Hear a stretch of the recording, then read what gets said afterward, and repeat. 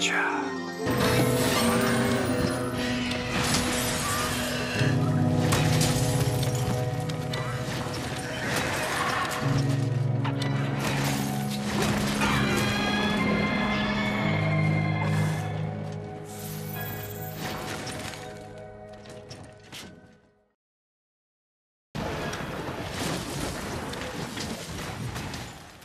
Hey, how's it going everybody? It's Thegameconomist, and today we're going to be talking about the Legia Sectored hunting horn.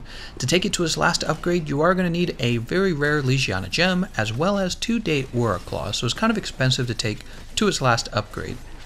For the weapon model, you get this really cool, I've heard people call it a guitar, but I think it's actually closer to a harp. I'm pretty sure the Legia Sectored and the Teosters or Fee are modeled off of the Greek lyre. They both have kind of the same shape. So, a bit closer to a harp, guys. It's kind of sad for this weapon because it's one of the few that has a very unique weapon model. And yet, I'm going to have to tell you pretty early on, this isn't one of the better hunting horns, okay? So, you can do what you can to optimize it, but there's going to be other hunting horns that always do a better job. And so, right off the bat, when I'm taking a look at this weapon, one of the problems is that it has a low attack value, and it looks like it's supposed to make up for that with the elemental value. Oh, also it has a white sharpness bar, but there's a few problems here.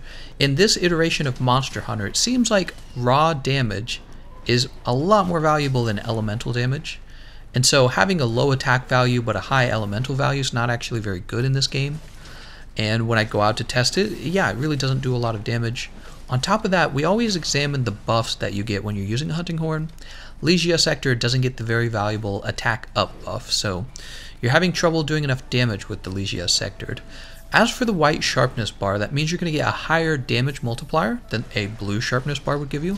However, for this one, it's such a small amount of white sharpness that you pretty much have to take the handicraft skill. So it's kind of like, well, if you're giving up room for these skills for handicraft, what could you have had if you just didn't need a handicraft? You see what I'm saying?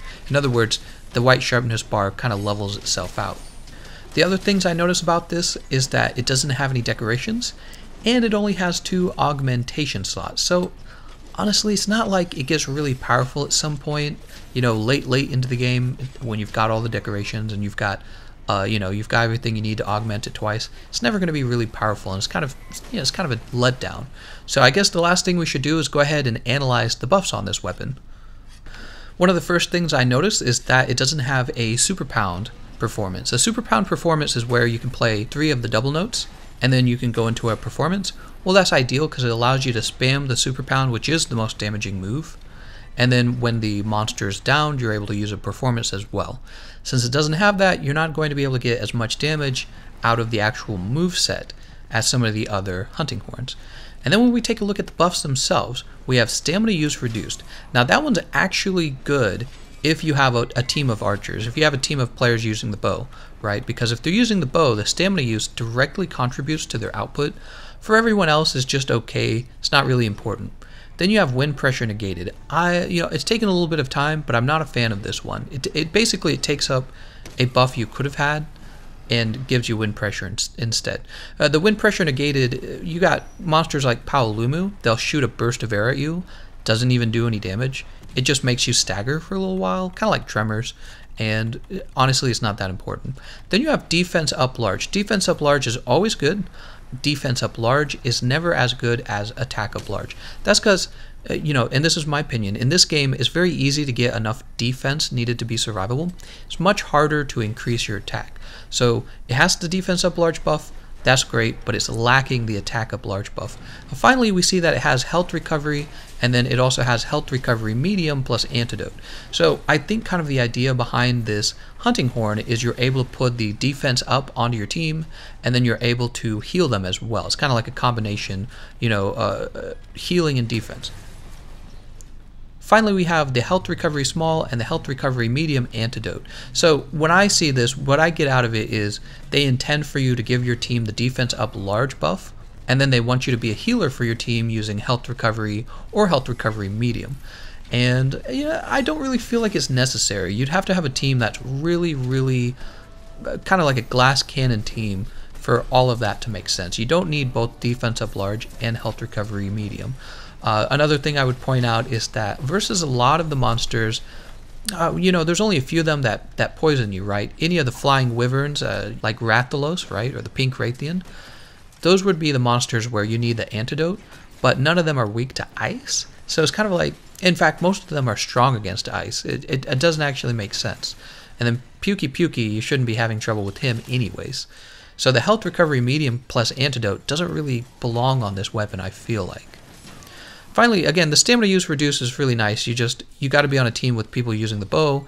If you're playing with randoms, you get one bow player, and that's it.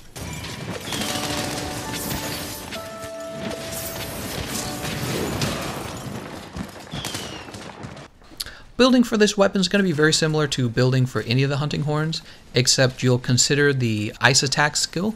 In this case, I took ice attack skill up to 5. It seemed to give a little bit of a boost. It doesn't seem like a deal breaker.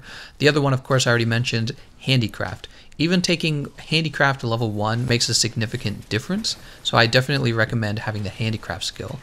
In this case, if you take the Kushala Glare, that's the Daora helmet, you're going to get handicraft rank 1, and you're going to get points in the ice attack as well. So that's a pretty fairly good choice in my opinion. And then of course for all hunting horns, well, mostly all of them, I always recommend taking the Maestro skill. Maestro, however it's pronounced. You can get that from the Sonorous Jewel, or you can get that from the Bone Coil. Now when I took it out into the field, even against monsters who were weak to ice specifically, I was still doing better damage on a Gamma Horn with attack up large. It was a significant amount too. If you think about it, the attack up large buff isn't just buffing my output, it's buffing my entire team's output. So when I see that I'm doing that as well as doing more damage with my hunting horn, it really makes me question why I would use Legia Sectored. It doesn't really have any buffs that trivialize a fight. It doesn't have any buffs that I want to say like counter a particular monster. Right? So you wouldn't love it for the buffs, and then you wouldn't love it for the damage either. So Legia Sectored is going to be one of the lower tiered hunting horns in the game, unfortunately, and hopefully Capcom gives it a buff, because I think honestly when it comes to the Legiana weapons, usually the Legiana weapons are better in this game. Now if you were still pretty dead set on using this hunting horn, I would say the monsters you want to use it on is going to be Teostra, Diablos, and Black Diablos. The reason you want to pick these guys is because they have a 3-star weakness to ice, and since a lot of your damage has been moved over to ice, this will be especially important, and you want to especially avoid anybody who's resistant to ice damage. Alright, and I don't think I have anything else to say about it. It's kind of a weaker hunting horn right now. Hopefully Capcom gives it a buff, maybe a buff to elemental damage, honestly, because then you would see the elemental weapons getting used more in counter builds. And I think when it comes to games like this, allowing players to be creative and build counter builds is really important. So hopefully we see a buff to the elemental damage type. And until then, I recommend staying away from it because it's expensive to build and it doesn't do enough damage, and the buffs aren't that valuable. Alright, with that being said, I want to thank you all for watching, and I hope I see you next time.